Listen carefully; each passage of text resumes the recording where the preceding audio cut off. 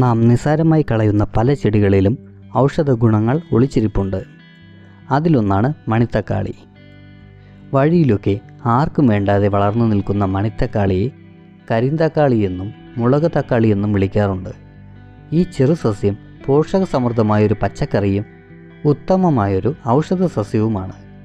മണിത്തക്കാളി വഴുതനങ്ങയുടെ ഇനത്തിൽപ്പെട്ട ഒരു സസ്യമാണ്. പച്ച നിറത്തിൽ ചെറിയ ചില്ലകളോട് കൂടിയ ഇത് പൂർണ്ണ വളർച്ചയിലെത്തിയാൽ ഏകദേശം 4 അടിയോളമേ വരികയുള്ളൂ. ഇലകൾ ഇടതുറന്നിരിക്കും. തക്കാളി എന്നാണ് പേരെങ്കിലും വളരെ ചെറിയ മുത്തുകളുടെ വലിപ്പം മാത്രമേ ഇവയ്ക്കുള്ളൂ. പൂക്കളാകട്ടെ ചെറുതും വെള്ള നിറത്തിലുള്ളതുമാണ്. 2 തരത്തിലാണ് മണിത്തക്കാളി കാണപ്പെടുന്നത്.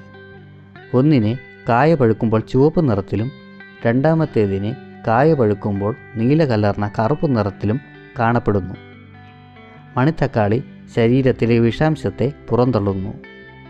ആൻറ്റി ബാക്ടീരിയൽ ഗുണമുള്ളതിനാൽ ബാക്ടീരിയയ്ക്ക് കാരണമാകുന്ന പല രോഗങ്ങളെയും പ്രതിരോധിക്കും. ഭക്ഷണത്തിൽ വിറ്റാമിൻ B2 അഭാവം കൊണ്ടുണ്ടാകുന്ന ഒന്നാണ് വായുടെ കോണുകളിലും നാക്കിലും വിള്ളലുകൾ ഉണ്ടാവുക. മണിത്തക്കാളി ചീര കുറച്ചുനാൾ തുടർന്ന് കഴിച്ചാൽ ഈ അസുഖം പാടെ ഒഴിയും. ഇലയും കായും ഹൃദയത്തിൻ്റെയും കരളിൻ്റെയും ആരോഗ്യത്തിന് ഉത്തമമാണ്. പലതരം ചർമ്മരോഗങ്ങൾക്കും പരിഹാരമാണ് മണിത്തക്കാളി. ഇല തോരൻ വയ്ക്കാം.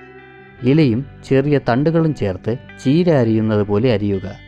പാനിൽ ആവശ്യത്തിന് വെളിച്ചെണ്ണ ഒഴിച്ച് കടുകിട്ട് വറ്റൽമുളക് മുറിച്ചിട്ട് മൂക്കുമ്പോൾ അരിഞ്ഞ ഇല വഴറ്റി കുറച്ച് തിരുമിയ തേങ്ങയും 1 നുള്ള മഞ്ഞൾപ്പൊടിയും 2 കഷ്ണം ചെറിയ ഉള്ളിയും 1 നുള്ള ജീരകവും എരിവിന് വേണ്ട കാന്താരി മുളകും ചേർത്ത് ചതച്ച് ചേർത്തിളക്കിയെടുക്കുക.